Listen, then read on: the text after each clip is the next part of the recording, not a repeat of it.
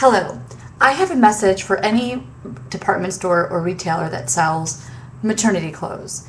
Make sure your staff is educated. I am an avid consumer of the Gap. I have been for years.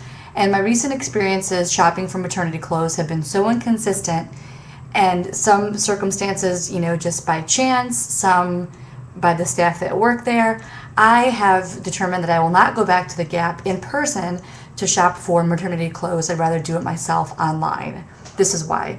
The first time I went to the Gap, I told the sales girl, this is my first time buying maternity clothes, this is my first pregnancy, this is what's going on. So she had told me, if you're an 8 or a 10 in our jeans, try getting a 10 in maternity clothes, fine. So I buy a bunch of skirts, shorts, and jeans in a size 10, thinking, okay, it's fine, I'll expand, what have you. I try the jeans on and the khaki pants. Turns out they're too big and they're stretching, and I'm thinking, okay, maybe it's just I have to wash them and they'll sink back into shape. Turns out, no, the pants are too big. I go back to the Gap and try on other pants in size 8. Lo and behold, they fit. The second time around, I had a phenomenal staff person there with me, making sure I tried on the clothes, showed her what the clothes look like. The first salesperson didn't do that. I wish they had, because I would have not purchased all these clothes that didn't fit. So, because I already wore the jeans and the khaki pants, I couldn't exchange them or return them because I already wore them and washed them, which means I'm stuck with them.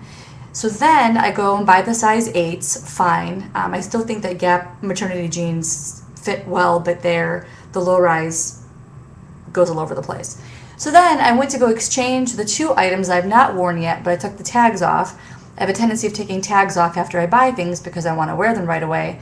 I did not wear these 2 items, so I was able to get a store credit, but because I had no tags, I have to wait for the receipt or the cash to come in the mail for the clothes. So I am getting an exchange for what I purchased, but I have to wait a while. Then I went to the Gap yesterday to look for some more dresses on sale for summer. I'm a big fan of sundresses, and I had to use the restroom. So the sales girl said, hey, no problem. I'll go ahead and I'll hold the room for you with all your stuff. You go use the restroom. Fine. So I wait a while to use the restroom because there's a mom in there with her child, so I'm just relaxing, waiting to use the restroom. And then I go back to walk towards the dressing room, and I discover that another salesperson has a big stack of clothes, including the clothes that I had chosen to try on.